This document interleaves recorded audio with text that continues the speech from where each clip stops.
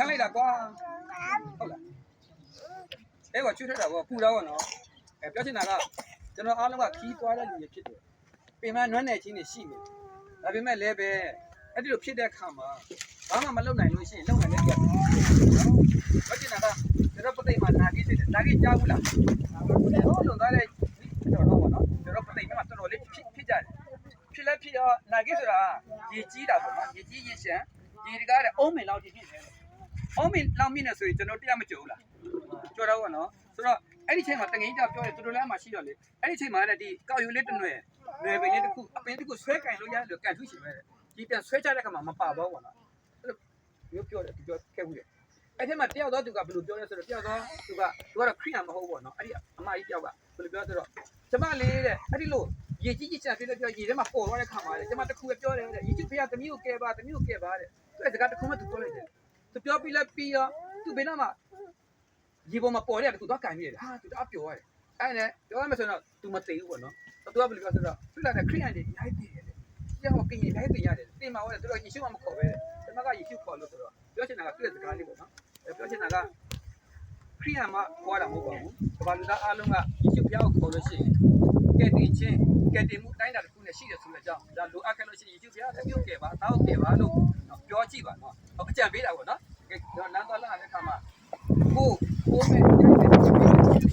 အဲ့ဒီနဲ့လောက်လို့ရတယ်နော်ကိုကျွန်တော်ထားဦးတဲ့ခါအဲ့ဒီရေဒီဒီကိုလည်းခါမှာလေနမ်းမလူတက်တယ်နမ်းမလူတက်တဲ့ခါမှာဆရာဝန်ကပြရမှာပေါ့ဆရာဝန်တို့ဒီရေ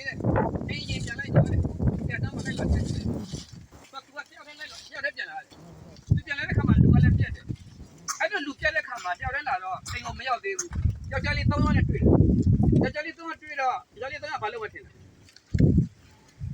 ဒီမိန်းကလေးကိုလေဟမ်နောက်ဖက်မနာတော့ပါနော်အခုတော့လောက်တော့မသူလည်းပြည်တယ်လေသူလောက်တဲ့ရတခုရှိတယ်ဘုရားကို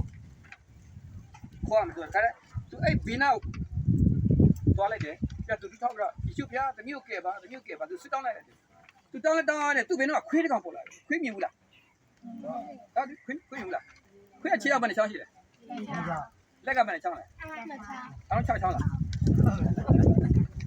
ဒါချင်းကသူတို့နိုင်ငံမှာကတော့ခွေးကြီးတွေမွေးတာနော်အဲ့လိုခွေးမွေးတော့လေအဲ့ဒီခွေးကလေဟာသူကြောက်ရတယ်ငါဟို3ယောက်ကြောက်ပါတယ်ဆိုမှဒီခွေးကလည်းကြောက်စရာကြီးပါလားဒါပေမဲ့တကယ်ကျတော့အဲ့ခွေးကသူ့ဒုက္ခမပေးဘူးသူသိသွားပြီ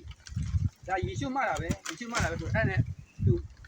စိတ်ထဲမှာနှွေးထွေးမှုခံစားတယ်အဲ့ဒါသူမတ်ရပြီးသူထွက်လာတဲ့ခါမှာသူပြန်မလန်းနဲ့ပြန်တဲ့ခါမှာခုနကသူ3ယောက်ကခွေးကိုတွေ့လိုက်သူကကြောက်ထွက်ပြေးရပါတယ်အဲ့နဲ့သူကပြန်လာအိမ်ရောက်အမေတဲ့သမီးဆရာကိုပြစ်လာတယ်ဆရာကလည်းလက်လာခဲ့မယ်တဲ့ဟောနေအမေအဲ့ဒါသမီးခွေးသွားပြေးကြည့်တော့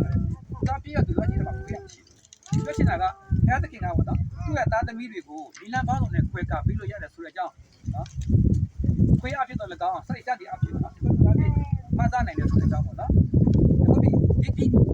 ကိုင်းနဲ့ကျွန်တော်ကိုင်းနဲ့ဒီခါလေးကဘာလေးဖြစ်တယ်လို့ထင်တယ်ဒီစာအုပ်ဖြစ်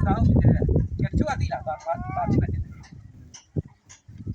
ချိုးကတော့ပြောတာပေါ့နော်အားတဲ့ဒီစာအုပ်ကခရိယန်တွေဖတ်တဲ့စာအုပ်တဲ့ခရိယန်တွေဖတ်တဲ့စာအုပ်ပေါ့နော်တကဘာလုံးလူသားတွေအားလုံးဖတ်လို့ရတဲ့စာအုပ်တရားဖြစ်ဘုရားသခင်ရဲ့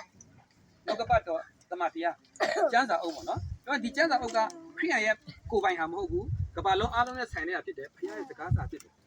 ပြောချင်တာကဒီကျမ်းစာအုပ်လေးရှိခြင်းအဖြစ်မိသားစုတွေရခံစားရတဲ့ကောင်းကြီးကိုပြောပြကြည့်တာပေါ့နော်